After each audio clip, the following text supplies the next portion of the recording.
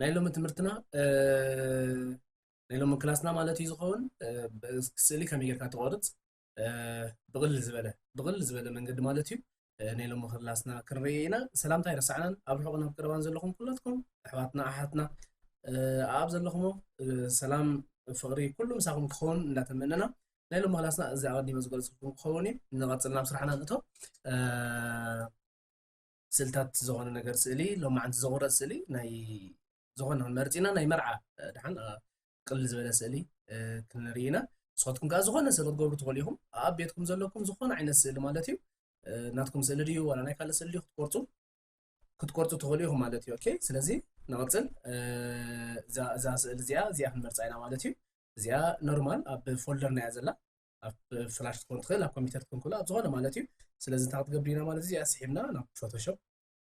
نورمال كانت وعينا اوكي سيمنا نورمال نا فوتوشوب كنفن وعينا اوكي سرعنا نجمرينا مالتي يا تاسئلي لما انتي موراتن كل زبل اقوابن كرينا مالتي اوكي ስለዚህ መጀመርታ ክንቆርጥ ኮይና ከምቲ ኣብዛ ሓለፈ ርኢና ዝነበርና ኣብዛ ሓለፈ ርኢና ነርና ኢና ምስለና ሓቂ መቁረፂ ካብተን መቁረፂታት ሒዝና ዝነበርና እዚኣ ሓንቲ መቁረፂት ምዃና ርኢና ነርና ኦኬ ስለዚ ሎማዓንቲ መቁረፂ ዝብል ኣገባብ በዚኣ ክንቆርፅ ኢና ማለት እዩ ግን ኣብዚኣ ኣብዛ ሓለፈ ኣሪእኩም ነይረ እየ ምስለኒ ሰለስተ ቱልስ ኣለዋ እዛ ፖሊጎናል እንተኮይና ትኽ ዝበለ እዛ ስዋይና ኣብዛ ሓለፈ ብዛዕባ ባንዴራ ናይ ኤርትራ ንስእል ከለና ትኽ ዝበለት በዚኣ ርና ሲኢልና ነርና ሓቂ ሎሚ ድማ ሰብ ክንቆርፅ እንተዳ ኮይና ማለት ዝኾነ ስእሊ ጥይዋይ ዘለዎ ድዩ ዝኾነ ነገራት ምንቅስቃሳት ዘለዎ እንተዳ ክንቆርፅ ኮይና ማግኔቲክ ኢና ክንጥቀም ማለት እዩ ማግኔቲክ ማለት ናይቲ ደሊናዮ ዘለና ባእታ ትሪእዎ ኣለኹም ጫፍ ጫፍ ዘሎ ባእታ ወይ ክቁረፅ ዘልናዮ ዘለና ናቱ ፀገፀግ ሒዛ በዓል ኣትኸይድ ማለት እዩ ማግኔቲክ ስለዚ ማግኔቲክ ክንገብራ ኢና ማለት እዩ ሰብ ስለዝቆርፅ ዘለና ኦኬ ስለዚ እዚኣ ክንገብራ ኢና ኣብዚ ነገረ መንገድና ሓንቲ ከይነገርኩም ክሓልፍ ዘይደሊ ትሪእዎ ኣለኹም የንእሳ يعبي الله حكي هو أب كيبوردهم تاي تقبرو بزح زيادة الله مالتيو آلت تحزو أوكي زوم أبز حلفر يعني زوم يزقطها زوج عزله زوم بزيركم بلاس ماينس علنا توائلنا نيرنا بز حكي أجي كابزي كلن بالمالتيو شورت كاتنا زوم يخريكم آلت تحزو آلت تحسكم ماوس ترى تقوم لهم زبالته maybe بلابتوب ويبقى سرعة لهم بتناي لابتوب كرسل بتناتو ماوس بو تزيد تقوموا تبونيرو عبيديتين كل زي لوس زخال ماوس تحزو دس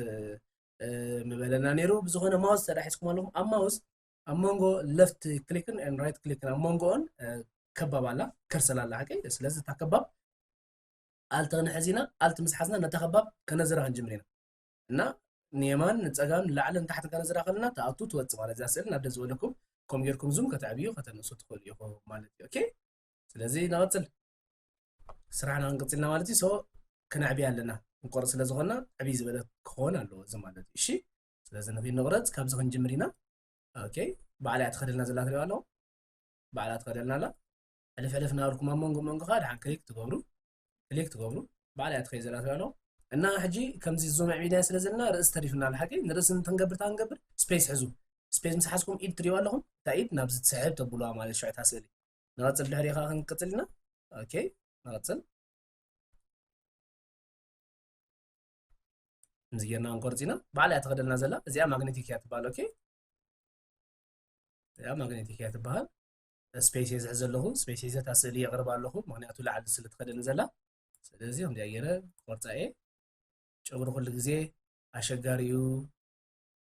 ጨጉሩ ሁሉ ጊዜ አሸግር ይዘብል ንሸይ ፍላይ ናይ ደቂ ኣንስትዮ ኣሕዋትና ተኮይኑ ብዙሕ ስለ ዝብል ጨጉሪ እሺ አሸግር ኣብልዩ ግን ጫፍ ጫፍ ተላቆሪፅናዮ ሎማዓንቲ እኹሊ ብዛዕባ ናይ ጨጉሪ ርእሱ ዝኽኣለ ካለ ክላስ ስለ ዘለና ብዛዕባ ጨጉሪ ከመይ ጌርካ ኣረንጅ ትገብሮ ከመይ ጌርካ ጨጉሪ ተስተኻኽሎ ናቱ ርእሱ ዝኽኣለ ክላሳት ስለ ዘሎ ምክንያቱ እሱ ክብር ዝበለ ስለ ዝኾነ ኣብ ኔክስት ክላሳትና ኢና እሱ ናይ ቤኑ ትምህርቲ ክንሪኦ ኢና ማለት እዩ ስለዚ ሕጂ እዛ ናይ ጨጉሪ ጥራይ ከምዚ ጌርና ክንኣልየና ማለት እዩ ኦኬ بغل زبالة مالتي الناس سبيس حزر لغو سبيس إذا على سد لغو تأسئلي أوكي نغتسل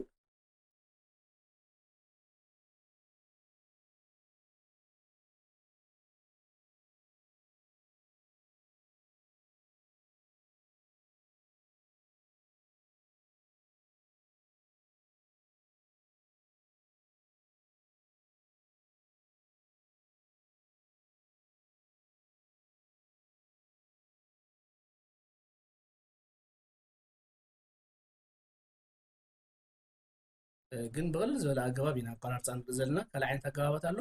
እዚ ድማ መጀመርታ ክንሪኦ ዘለና ኣገባብ ኣቋራርፃ ስለ ዝኾነ ኦኬ ስለዚ እንታይ ክንገብር ኢና ኣብዚ ከምዚ ኢልና ንከድና ንማልባት ኣብዚ ሕጂ ሓንቲ ክሪአኩም ዝደሊ ነገር ተርኢ ኣላ ኣብዚ ትኽ ዝበለ ድሕራይ ትኽ ዝበለ ክንከይድ ተደሊና ሕጂ እንታይ ክንገብር ንኽእል ኢና እዛ ማግኔቲክ ዘላ ኣብ መንጎ ክንቀይራ ንኽእል ኢና ኦኬ ፖሊጎናል ክንቀይራ ንኽእል ኢና ኣብ መንጎ ማግኔቲክ ከላ ትኽ ዝበለ ንክትቆርፀልና ክንእዛ ንኽእል ኢና እንታይ ንገብር ኣልቲ ንሕዝ ኣልቲ ምስ ሓዝና እንታይ ንገብር ክሊክ ንገብር ኦኬ ኣልቲ ሒዝኩም ክሊክ ተጌርኩም ትሪኡ ኣለኹም እታ ናይ ትኽ ዝበለት መቑረፂት ማግኔቲክ ተቓልያ እታ ናይ ትኽ ዝበለት መቑረፂት ትልወጥ ማለት ትብሉ ኣለኹም ትኽ ዝበለ ነገር ዝወርድ ዘለኹ ሕጂ ኢድ ስለ ዝኾነ እዚ ትኽ ዝበለ ሕልፍ ብዝበልኮ እንተይለየ ሽግር የብሉን ማለት እዩ ኦኬ ስለዚ እንታይ ንገብር ማግኔቲክ ዝነበረት ፖሊጎናል ቄራ ንኽእልና ከምዚ ጌርና ማለት እዩ ኣብ መንጎ ሽዑ ኣልቲ እንተደኣ ፈኒነ ናብታ ዝነበረታ ማግኔቲክ ትምለስ ማለት እዩ ኦኬ እንደገና ኣልቲ ሒዝና ክሊክ ተጌርና ፖሊጎናል ትቕየረልና ትሪኡ ኣለኹም ዶ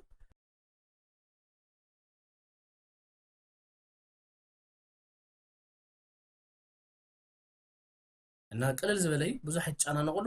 ብጣዕሚ ቀሊል ስራሕ እዩ እዚ እንተ ደኣ ኣተኩሮ ተገይርዎ ብፍላይ ብጣዕሚ ቀሊል ስራሕ እዩ ኣተኩሮና ጌርና ጥራሕ ኣውፅስ ንስራሕ ኣይንኽእል ኢና ዝብል ነገርካ ካብ ውሽጥና ክነርሕቕ ኣለና ስለዚ ክንክእል ኢና ክንገብሮ ንኽእል ኢና እንተዳ ኢልና ክንገብሮ ዘይንኽእል ነገር የለን ማለት እዩ ስለዚ በቃ ቅልል ዝበለ ነገር እዩ ከምዚኣ ጌርና ኣብታ ጫፍ ክንበፂሕና ኣብታ ጀመርና ኦኬ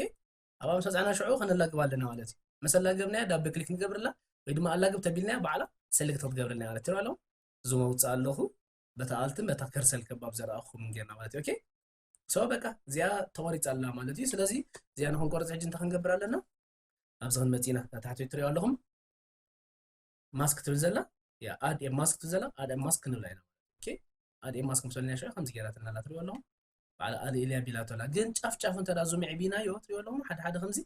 ለዚ እዚ ነገራት ክንገብረልና ማለት እዩ ክነስተኻኽለልና ማለት እዩ ኦኬ ስለዚ መደምሰስ ግብር ኣቢልና ኣብዚኣ ናትኩም መደምሰስ ናይ ሎማዓንቲ እንመሃራ እዚኣ ማለት እዩ ኣብዛ ሓለፈ እዚኣ ረኣይና ነርና መደምሰስ ግብር ኣቢልና እዚኣ ክንሪኣ ኢና ኦኬ ኣብ መደምሰስ ክሊክ ምስ ገበርና ራይት ክሊክ ኣለና ኣብዚ ራይት ክሊክ ምስ ገበርና ሳይዝ መዕበይን መናእስን ኣለና እዚ ድማ ሃርድነስ ኣለና ወይ ድማ ሶፍትነስ ከምዚ ብጣዕሚ ሃሳስ ወይ ድማ ደረቕ ኣቋራርፃ እዩ ዝገብሮ ስለዚ ማእከላይ ኣብዚ ከባቢ ናይ ሶፍት ዝኾነ ነገር ክንርኢ ኢና እና ንእሽ ከነብላ ኢና እዛ ክሳይና ኣብ ማውዝና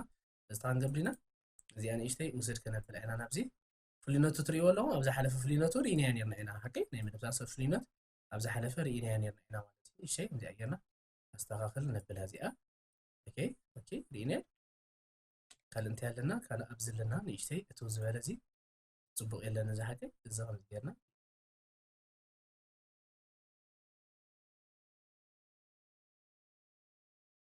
እዚ ብቕል ዝበለ ስለ ዝኾነ እዩ ኣብ ዝመፅ ዘሎ ኣቋራርፃ ድማ ካልእ ዓይነት ኣቋራርፃ ናቱ ፊዘር ርእሱ ዝኸኣለ ፊዘር ዘለዎ ኣቋራርፃ ክርኒ ኢና እዚ ሌየር ማስክ ንጥቀም ወይ ድማ ማስክ ጌርካ ምቑራፅ ኢና ሎማዓንቲ እንመሃር ዘለና ኣብ ዝመፅ ዘሎ ግን ፊዘር ጌርካ ምቑራፅ ከመይ ጌርካ ትቆርፅ እዚ ሕጂ ነስተኻኽሎ ዘለና ብመደምሰስ ከየስተኻኽልካ ባዕሉ ዘስተኻኽለልካ ኣሎ ሓደ ሓደ መሳሕታት ንዑኸ ብኸመይ ንሰርሖም ኢልናኻ ኣብ ዝመፅ ዘለኻ ካልእ ክላስ ክርኢና ማለት እዩ ሎማዓንቲ ግን እዚኣ ንሪኣ ዘለና እንታይ ሌየር ማስክ በቃ ብሌየር ማስክ ጌርካ ከመይ ጌርካ ትቆርፅ ኢና ክንርኢ ማለት እዩ እሺ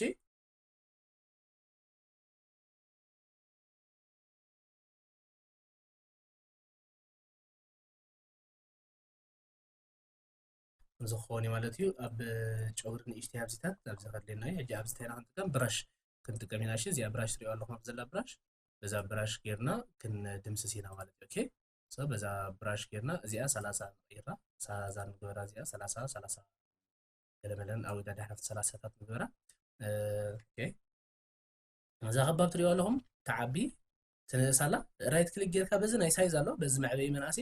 እናስራሕካ ከለካ ኣብ መንጎ ክትዕብያ ተረኣ ደልኻ ግን ብኸመይ تعبيا بخمي كنعبيا لنا انت راينا قد بغل زبل مالتي كنعبيا نغيلنا اوكي افتا طغا انتر كلتا اروات براكيت اللوا نساتن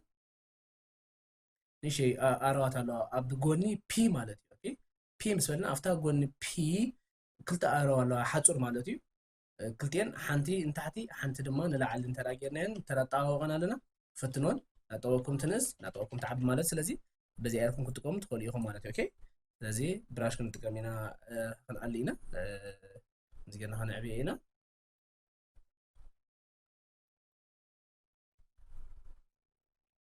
እዚ ከምዚ ጌርና ኣስተኻኽል ክነብር ኢና كوز زي ጨጉሪ ስለ ዝኾነ ከምዚ ጌርና ጨጉሪ ኩሉ ግዜ ተኺሉ ቁርፅ የብሉን ንእሽተይ ከምዚ ፊዘር ዓይነት ከምዚ ህስስ ዝበለ ዓይነት ከምዚ ነገር ክህልዎ ኣለዎ ማለት እዩ ጨጉሪ ኦኬ